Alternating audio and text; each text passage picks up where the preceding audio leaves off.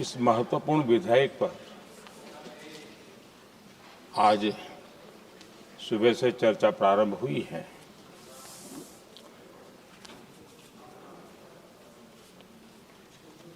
काफी साथी यहां से भी जिन मुद्दों को स्पर्श किया गया है उसको तथ्य से और तर्क से सदन को जरूर जानकारी देंगे और इसलिए मैं उन विषयों में जाना नहीं चाहता। आदरणीय अध्यक्ष जी, राष्ट्र के जीवन में कुछ महत्वपूर्ण पल आते हैं और उस समय की समाज की मनस्थिति और नेतृत्व की क्षमता उस पल को कैप्चर करके एक राष्ट्र की अमानत बना देती है, एक मजबूत धरोहर तैयार कर देती है। मैं समझता हूं कि भारत के संसदीय लोकतंत्र के इतिहास में ये वैसे ही पल है। आवश्यकता तो ये थी कि 25-30 साल पहले जब से विचार सामने आया, आवश्यकता महसूस हुई, हम इसको लागू कर देते और हम आज उसको काफी परिपक्वता तक पहुंचा देते हैं और आवश्यकता के अनुसार उसमें समय समय पर सुधार भी होते हैं और यही तो लोकतंत्र की ब्यूटी होती है। हमारी मदर ऑफ डेमोक्रेसी है, हमारी हजारों साल की लोकतंत्र की एक विकास यात्रा रही है और उस विकास यात्रा में एक नया आयाम जोड़ने का एक शुभ अवसर सदन के हम सभी साथियों को मिला है और मैंने प्रारंभ में कहा है कि हम सब भाग्यवान हैं कि हमें ऐसे महत्वपूर्ण और देश की आधी आबादी को इस राष्ट्र निर्माण की नीति निर्धारण प्रक्रिया में हिस्सेदार बनाने का सौभाग्य मिल रहा है।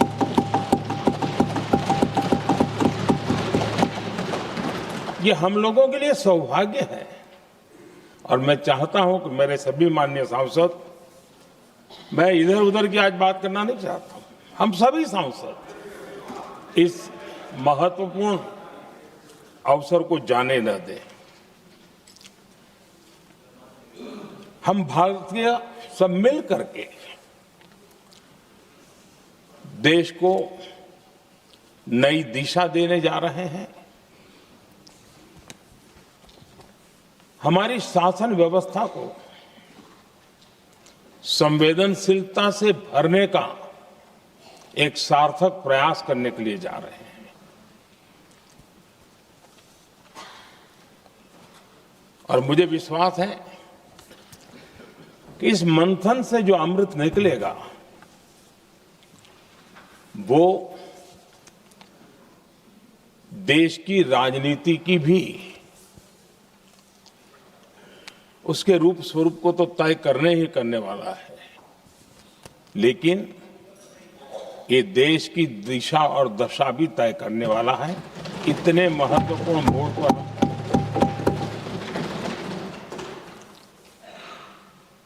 आदरणीय अध्यक्ष जी, 21वीं सदी में भारत एक नए आत्मविश्वास के साथ आगे बढ़ रहा है। विश्व में भी आज भारत की स्वीकृति हम सब महसूस कर रहे हैं और ये हम सबके लिए गौरव का पल है। एक समय हमारे पास आया है और इस समय को हमने एक विकसित भारत के संकल्प के साथ जोड़ा है और मैं पक्का मानता हूं कि विकसित भारत का मतलब केवल उत्तम प्रकार के रेल, रास्ते, इंफ्रास्ट्रक्चर या कुछ आर्थिक प्रगति के आंकड़े, सिर्फ इतने से ही विकसित भारत की सीमित कल्पना वाले हम लोग नहीं हैं। हम चाहते हैं कि विकसित भारत जिसके नीति निर्धारण में साच अर्थ में सबका साथ सबका विकास का मंत्र समाहित हो, देश की 50% जनसंख्या नीति निर्धारण का हिस्सा बने, ये समय की मांग है। हम पहले ही देरी कर चुके हैं। कारण कोई भी होंगे, जिम्मेवार कोई भी होंगे, लेकिन इस सच्चाई को हमें स्वीकार करना होगा कि जब हम अकेले मिलते हैं तब मानते हैं हाँ यार, लेकिन जब सामूहिक रूप से मिलते हैं, मुझे याद है कि जिस इसकी प्रक्रिया चली थी, सभी दलों से मिलना हुआ है, एक दल को छोड़ करके जिन जिन से मिलना हुआ है, हर एक ने सैद्धांतिक विरोध नहीं किया है। बाद में जाकर के जो कुछ भी हुआ होगा, राजनीतिक दिशा पकड़ी जा रही है, लेकिन जो राजनीतिक दिशा में ही सोचते हैं, मैं उनको भी एडवाइज करना चाहूंगा, एक मित्र के रूप में एडवाइज करता हूं और सबको काम आएगी। हमारे देश में जब से विमेन रिजर्वेशन को लेकर के चर्चा हुई है और उसके बाद जब जब चुनाव आया है, तो हर चुनाव में महिलाओं को मिलने वाले इस अधिकार का जिसने विरोध किया है, जिसने विरोध किया है, देश की महिलाओं ने उन्हें माफ नहीं किया है। उनका हाल बुरे से बुरा किया है। लेकिन ये भी देखिए कि 24 के चुनाव में ऐसा नहीं हुआ। क्यों नहीं हुआ? ये इसलिए नहीं हुआ कि 24 में सबने सहमति इसको पारित किया, तो ये विषय ही नहीं रहा। किसी के पक्ष में पॉलिटिकल फायदा नहीं हुआ, किसी का नुकसान भी नहीं हुआ। सहज रूप से जो मुद्दे थे, उन मुद्दों के आधार पर चुनाव लड़ा, क्योंकि 24 में सब साथ में थे। कुछ लोग यहां हैं, कुछ लोग नहीं है, लेकिन सब साथ में थे। आज भी मैं कहता हूं, अगर हम सब साथ में जाते हैं तो इतिहास गवाह है कि किसी एक के राजनीतिक पक्ष में नहीं जाएगा। ये देश के लोकतंत्र के पक्ष में जाएगा, देश के सामूहिक निर्णय शक्ति के पक्ष में जाएगा और हम सब उसके यश के हकदार होंगे। न ट्रेजरी बैंक उसका हकदार रहेगा, न मोदी उसका हकदार रहेगा, यहां बैठे हुए सब हकदार रहेंगे। और इसलिए जिन लोगों को इसमें राजनीति की बू आ रही है, मैं चाहूंगा कि वो खुद के परिणामों को पिछले 30 साल में देख ले। फायदा उनका भी इसी में रास्ता दिखाता हूं, इसी में फायदा है कि जो नुकसान हो रहा है उससे बच जाओगे। और इसलिए मैं समझता हूं कि इसको राजनीतिक रंग देने की जरूरत नहीं है।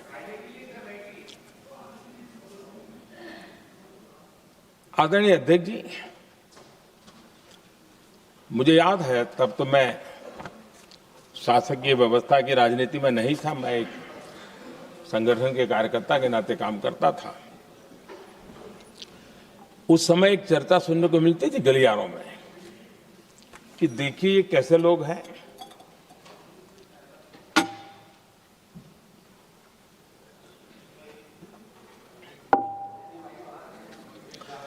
पंचायतों में आरक्षण देना है तो बहुत आराम से दे देते हैं, लेकिन आप कह रहे हैं तो कह रहे हैं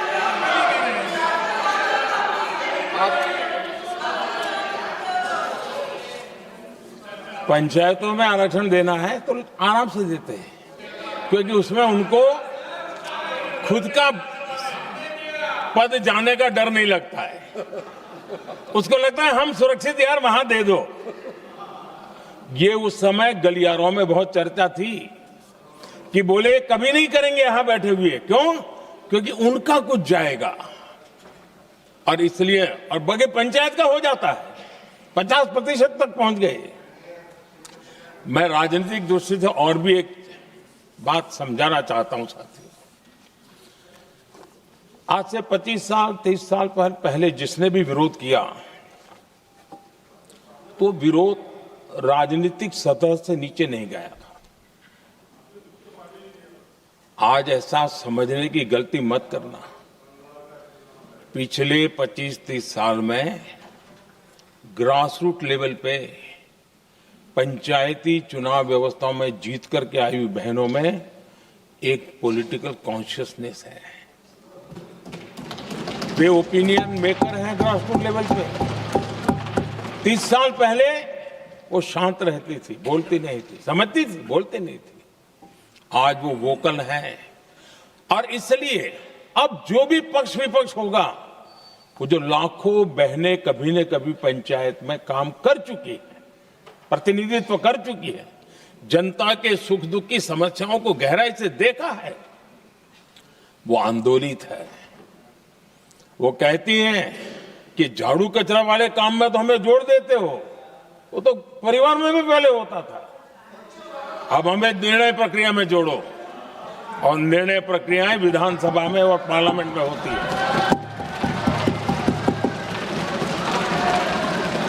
और इसलिए मैं राजनीतिक जीवन में जो लोग प्रगति चाहते, मैं किसी भी सांसद की बात करता हूं, किसी भी एमएलए की बात करता हूं, ये दल वो दल की बात मैं नहीं कर रहा हूं।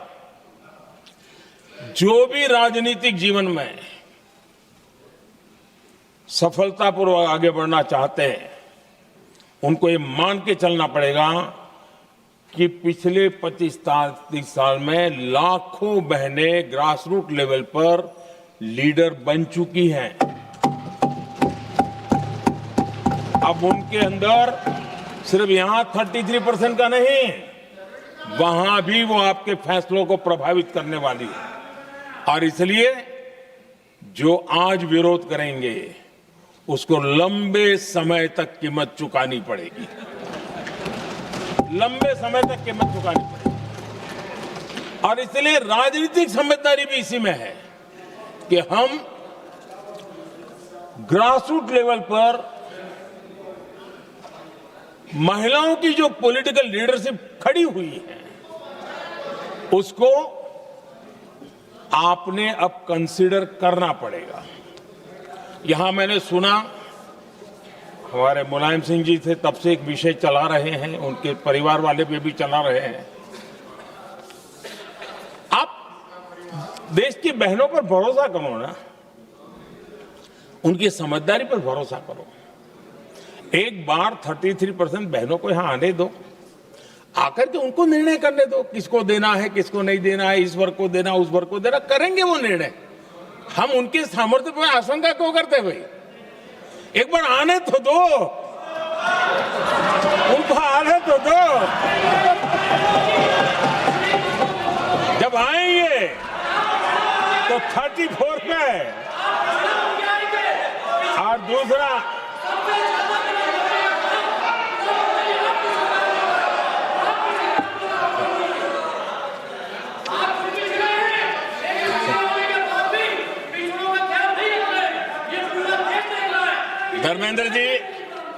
धर्मेंद्र जी, मैं आपका बहुत आभारी हूं कि आपने मेरी पहचान करा दी। ये बात सही है, मैं अति पिछड़े समाज से आता हूं।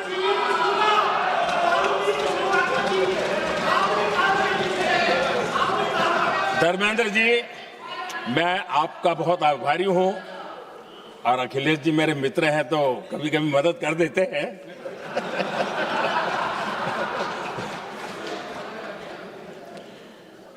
ये बात सही है कि मैं अति पिछड़े समाज से आता हूं, लेकिन मेरा दायित्व समाज के सबको साथ लेके चलने का है, और यही मेरे संविधान ने मुझे यही रास्ता दिखाया है। मेरे लिए संविधान ही सर्वोपरि है, और इसलिए, और ये संविधान की ताकत है कि मेरे जैसा अत्यंत छोटे समाज का, अति पिछड़े समाज के व्यक्ति को इतना बड़ा दायित्व देश ने दिया।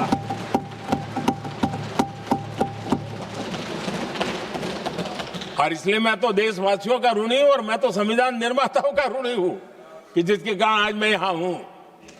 लेकिन आदरणीय अध्यक्ष जी,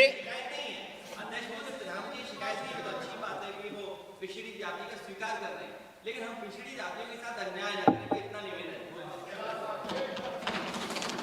आदरणीय अध्यक्ष जी, आज जीवन के हर क्षेत्र में हम देखें कि नारी शक्ति देश के गौरव को बढ़ाने वाले, परचम लहराने में कहीं पीछे नहीं है जी।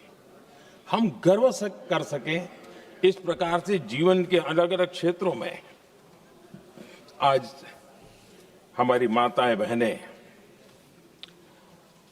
बहुत बड़ा योगदान, हमारी बेटियां तो कमाल कर रही हैं जीवन के हर क्षेत्र में।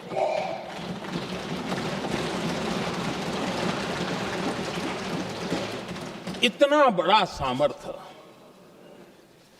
उसको हम हिस्सेदारी से रोकने के लिए क्यों इतनी ताकत खपा रहे हैं जी? उनके जुड़ने से सामर्थ्य बढ़ने वाला है।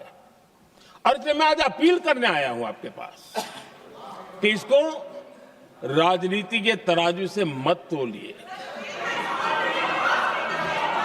ये राष्ट्रहित का निर्णय है।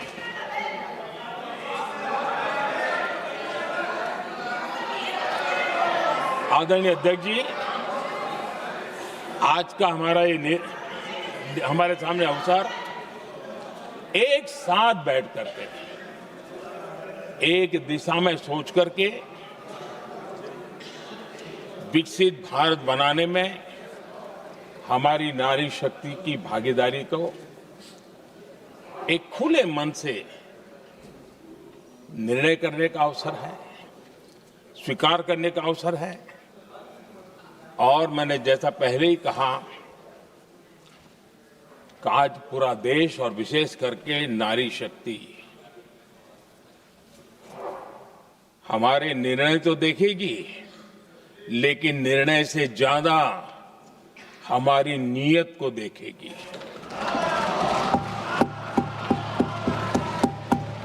और इसलिए हमारी नीयत की खोट देश की नारी शक्ति कभी माफ नहीं करेगी।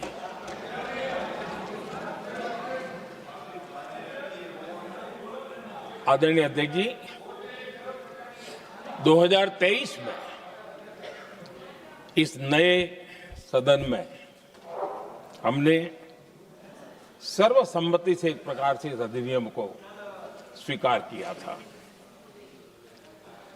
पूरे देश में खुशी का वातावरण बना, उस पर कोई राजनीतिक रंग नहीं लगे और इसलिए वो कभी राजनीतिक इश्यू भी नहीं बना। तो एक अच्छी स्थिति है। अब सवाल ये है कि हमें कितने समय तक इसको रोकना है। अब यहां जो लोग जनसंख्या वगैरह के विषय उठाते हैं, क्या आपको मालूम नहीं है? मैं चाहूंगा कि अमित भाई अपने भाषण में इन सारी चीजों का उल्लेख करेंगे, जब कि हमने जनगणना के संबंध में कब कब क्या क्या किया था, बाद में कोविड आया, उसके कारण क्या मुसीबत आई, कैसे रुकावटें आई, ये सारी बातें हम सबके सामने हैं, इसमें कोई विषय नहीं है। लेकिन पिछले दिनों जब हम 23 में चर्चा कर रहे थे, तब भी व्यापक रूप से बात ये थी कि इसको जल्दी करो। हर कोई कह रहा था जल्दी करो। अब 24 में संभव नहीं था क्योंकि इतने कम समय में करना मुश्किल था। अब 29 में हमारे पास अवसर है। अगर हम 29 में भी नहीं करते तो ये स्थिति क्या बनेगी हम कल्पना कर सकते। फिर हम देश की माताओं बहनों को ये विश्वास नहीं बना पाएंगे कि हम सचमुच में प्रयास सच्चे अर्थ कर सकते थे। और इसलिए समय की मांग है कि अब हम ज्यादा विलंब न करें। इस दरमियान राजनीतिक दल के लोगों से, संविधान के जानकार लोगों से, जो महिलाओं में एक्टिविस्ट के नाते काम करने वाले ऐसे लोगों से भी कई चर्चाएं हुई। कुछ लोगों ने खुद होकर के भी सुझाव दिए। सारा मंथन करते करते करते, और यहाँ भी सभी दलों से लगातार बातें इनकी होती रही है। स्ट्रक्चर वे में हुई है, इनफॉर्मल भी हुई है, और उसमें से आखिर बना हुई एक कुछ रास्ता निकालना होगा ताकि हम हमारी माताओं बहनों की शक्ति को जोड़ सकते हैं। ये निर्णय प्रक्रिया किसी के साथ अन्याय नहीं करेगी,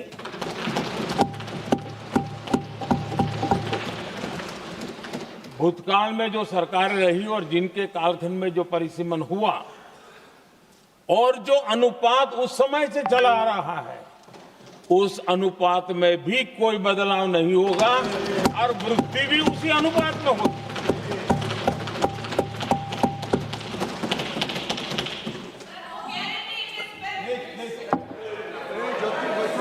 अगर गारंटी शब्द चाहिए तो मैं गारंटी शब्द उपयोग करता हूं। वादा की बात करते हो तो मैं वादा शब्द उपयोग करता हूं। अगर तमिल में कोई अच्छा शब्द हो तो वो भी मैं बोलने के लिए तैयार हूं। क्योंकि जब नियत साफ है तो फिर शब्दों का खेल करने की हमें जरूरत नहीं है जी।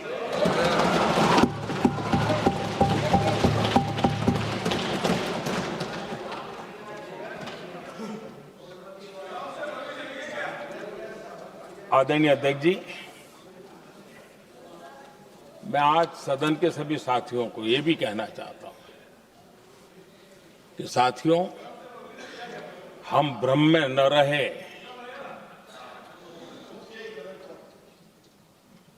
हम उस अहंकार में न रहे, और मैं हम शब्द प्रयोग कर रहा हूं, मैं और तुम की बात नहीं कर रहा हूं। हम इस भ्रम में न रहे कि हम देश की नारी शक्ति को हम कुछ दे रहे हैं। जी नहीं, उसका हक है। और हमने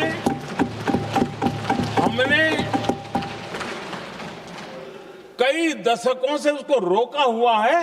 आज उसका प्रायश्चित करके हमें उस पाप में से मुक्ति पाने का यह अवसर है।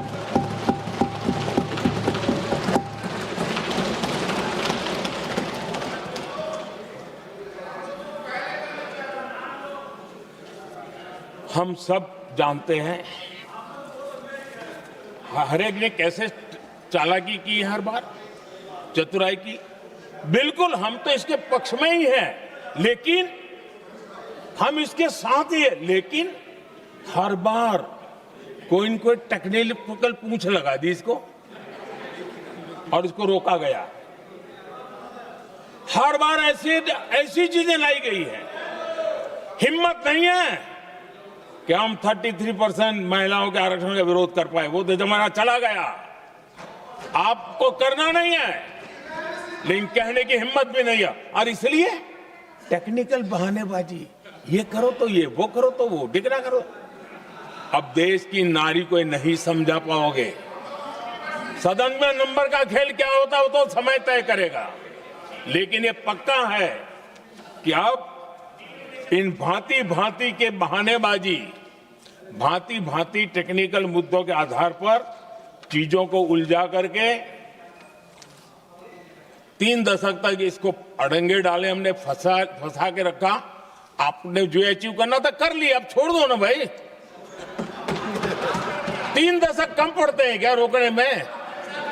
3 दशक तक आपने रोका, फिर भी कुछ कर नहीं पाए, तो अब तो करो।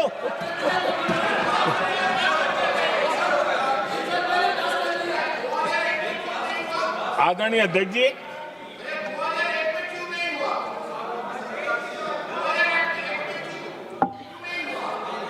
यहां कुछ लोगों को लगता है,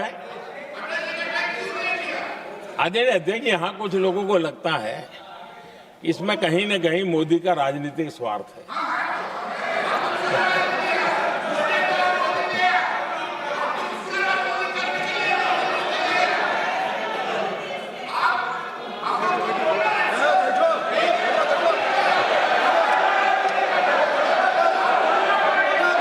अरे भाई, इनको बोलने दीजिए। वहां पर बेचारे को मुंह पे ताला लगा हुआ है, बहुत बगल में कोई बोलने नहीं देता उसको।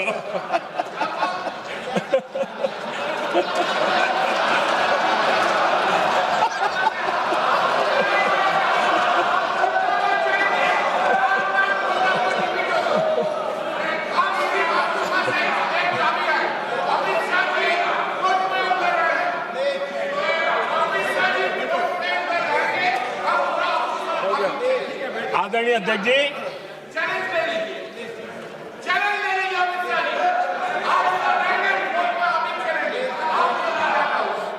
आदरणीय अध्यक्ष जी, देखिए, इसका अगर विरोध करेंगे तो स्वाभाविक है कि राजनीतिक लाभ मुझे होगा, लेकिन साथ चलेंगे तो किसी को भी नहीं होगा, ये लिख के रखो। किसी को नहीं रहेगा, क्योंकि एक फिर अलग पहलू हो जाता है, फिर किसी को फायदा नहीं होता। और इसलिए हमें क्रेडिट नहीं चाहिए। जैसे ये पारित हो जाए, मैं कल एडवर्टाइजमेंट दे करके सबका धन्यवाद करने के लिए तैयार हूं, सबकी फोटो छपवाने के लिए तैयार हूं। क्रेडिट आप ले लो, चलो। क्रेडिट की चिंता है क्या है जी, ले लो ना क्रेडिट। आपको जिसकी फोटो छपवानी है सरकारी खर्चे से हम करवा देंगे।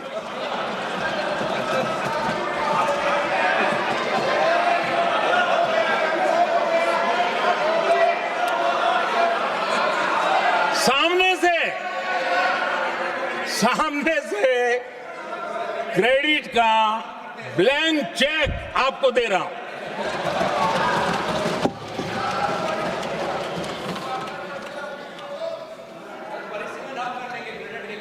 आदरणीय अध्यक्ष जी, हमारी संसदीय लोकतंत्र में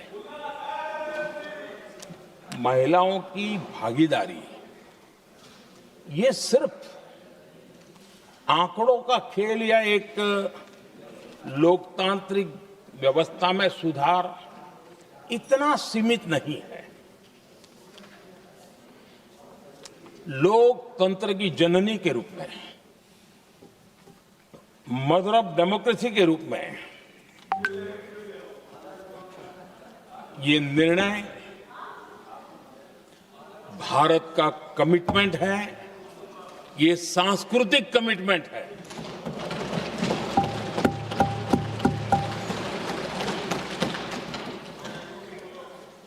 और इसी कमिटमेंट के कारण पंचायतों में ये व्यवस्था बनी और अब तो 20 से अधिक राज्य है जहां 50% हुआ है।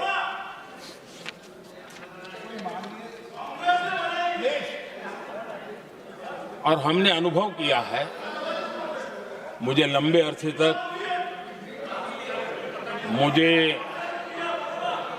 अरसे तक मुख्यमंत्री के रूप में सेवा करने का जनता ने अवसर दिया और उसी कालखंड में ग्रासरूट लेवल पर विमेन लीडरशिप को मैंने देखा है।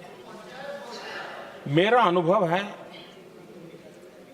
कि संवेदनशीलता के साथ समस्याओं के समाधान में उनका कमिटमेंट बहुत ही परिणामकारी रहते थे, विकास की यात्रा को गति देने में रहते थे। और उस अनुभव के आधार पर मैं कहता हूं कि इस सदन में उनकी आवाज नई शक्ति बनेगी, नई सोच जुड़ेगी, देश की दिशा में एक संवेदनशीलता जुड़ेगी। तथ्य और तर्क के आधारों पर अनुभव जब जुड़ता है तब मैं समझता हूं उसका सामर्थ्य अनेक गुना बढ़ जाता है और सदन कितना समृद्ध हो।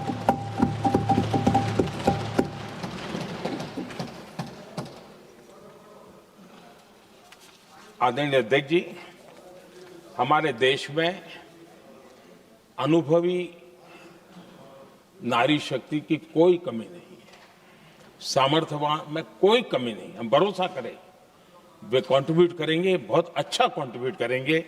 और आज भी जितनी हमारी बहनें यहाँ हैं, जब भी उनको अवसर मिला है उन्होंने बहुत अच्छे ढंग से अपनी बात बताई है, सदन को समृद्ध किया है। आदरणीय अध्यक्ष जी, आज देश में वर्तमान में देश में 650 से ज्यादा पंचायतें, डिस्ट्रिक्ट पंचायत, करीब 250 महिलाएं उसका नेतृत्व कर रही, और केंद्र के कैबिनेट मिनिस्टर से ज्यादा उनके पास जिम्मेवारी और धन और व्यवस्था होती है, काम करती है जी। करीब 6,700 ब्लॉक पंचायतों में 2700 से अधिक ब्लॉक पंचायत ऐसी हैं जिसका नेतृत्व महिलाओं के हाथ में। आज देश में 900 से अधिक शहरों में अर्बन लोकल बॉडीज की हेड के रूप में मेयर्स हो या स्टैंडिंग कमेटी का काम देखने वाली बहनें हैं, उनकी ताकत है। और मैं मानता हूं कि आज देश जो प्रगति कर रहा है, उस प्रगति में इनका भी महत्वपूर्ण योगदान है। उस ऋण को हमें स्वीकार करने का ये अवसर है। और जब ये अनुभव सदन के साथ जुड़ेगा, तब वो अनेक गुना ताकत बढ़ा देगा। आदरणीय अध्यक्ष जी, एक लंबी प्रतीक्षा एंड एक प्रकार से हम सबके लिए सवालिया निशान पैदा हो, ऐसी परिस्थिति हम ही लोगों ने पैदा की है। ये अवसर है कि हम पुरानी जो कुछ भी मर्यादाएं रही होगी, मुश्किलें रही होगी, उसे बाहर निकले, हिम्मत के साथ हम आगे बढ़े और नारी शक्ति का राष्ट्र के विकास में उनकी सहभागिता को हम सुनिश्चित करें। और मैं पक्का मानता हूं कि अगर आज हम मिलकर के निर्णय करते हैं,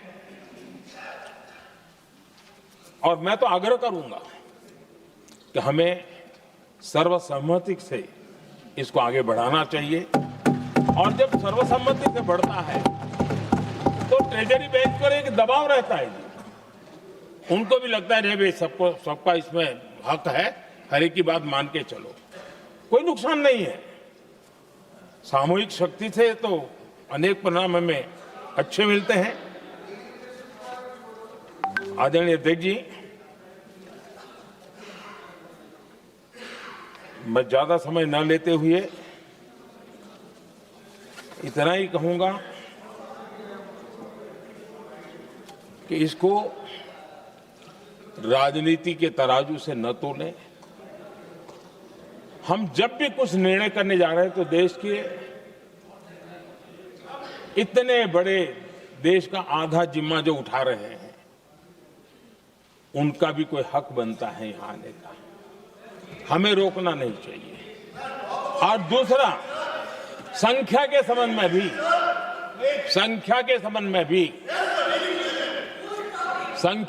में भी एक मत पहले से बनता आया था, चर्चा थी कि साहब ये जो है इनका कम मत करो, अधिक कर दो तो जल्दी हो जाएगा।